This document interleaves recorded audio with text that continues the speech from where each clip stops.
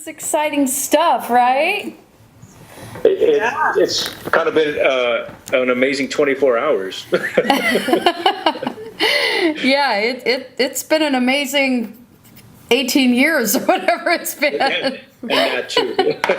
Yeah. So this is I didn't know if you knew that Bria was going to be on tonight, but I know that she's just as committed as me in terms of really, showing people what is possible when it comes to reconciliation, when it comes to living a resilient life. We're both very committed to that message and living that life. So yeah. It's great. Well, it's great to have you, Bria. Glad you can make it too. Welcome. Thank you. Well, let's dive in. I was thinking, I wonder how mad she is that he never responded. You know what? It's interesting because when I mailed the letter, I never really gave it any other thought. I didn't know if he would ever receive it, how he would receive it. There's a lot that went into that, and I wrote that for me, not for him. And I wrote that for us. We wrote it actually together. And we wrote it just in case he ever did get it. We didn't know. I mean, who knows? He could have just burned it, or we didn't know how he would receive it or if he would ever respond. And to us, that was not part of any of the reason why we sent the letter in the first place.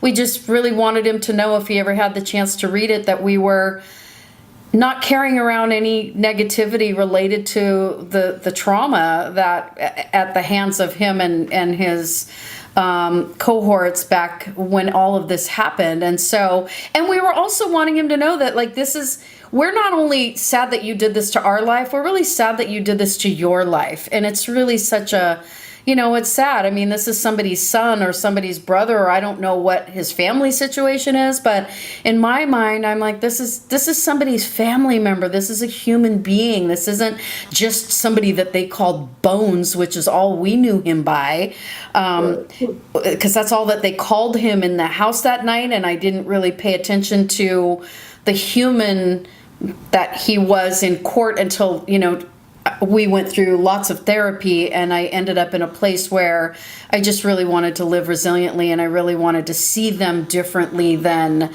just the people who made this horrific decision. Mm-hmm.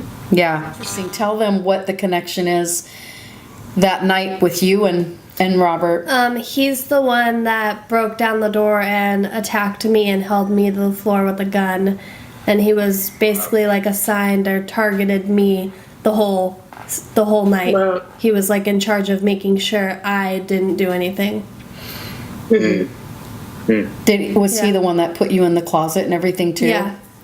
He's the one that did everything regarding me, the entire kidnapping. So you got a lot of reason not to feel so forgiving.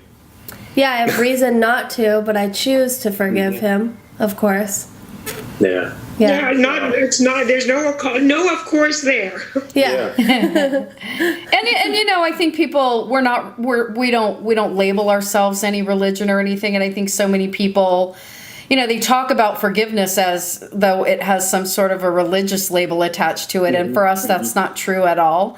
For us, it's really just about letting go of the negative, about healing your own life and deciding that you're not going to carry around any hate or anger or anything. And also, realizing, and especially as a mom, how do I want to model recovery for my child? And for me, it was very much about what can I extract from that situation that could propel me forward in a positive way. And it was that I could learn to be in gratitude more. It's that I could be a better mom. I could be more present. I could be a better sister. I'm still here, living, breathing here on the planet. What can I do with the rest of my life? And how can this situation and what I can take away from the situation that isn't negative help me move forward in a really positive way and teach her to do the same? So for me, that was the choice. And forgiveness isn't about the other person. Forgiveness is letting go of all the negative that weighs you down and sets up roadblocks in every area of your life that don't really affect anybody but you. Does that make sense? Mm-hmm. Yeah. So anyway, Yeah. Bria. Yeah. What about you? Would you want to go and see him? You would want to go with your mom or alone? You know, it doesn't also have to be together. No, I definitely want to go with my mom. Yeah. Yeah. Yeah, I want to go for the reason that I wasn't able to testify or go to trial, so I have not faced him since that night, and I just want to face him and let him know it's okay, and I forgive him, and there's no hatred or anything towards him on my part. Do you get butterflies in your belly so when you think of it? No, not Scare you really. at all? Does it? No, not really. She's like this. She's the most even keel. I get more butterflies than she does. She's so even keeled, and I'm very emotional and Yeah. passionate. Yeah.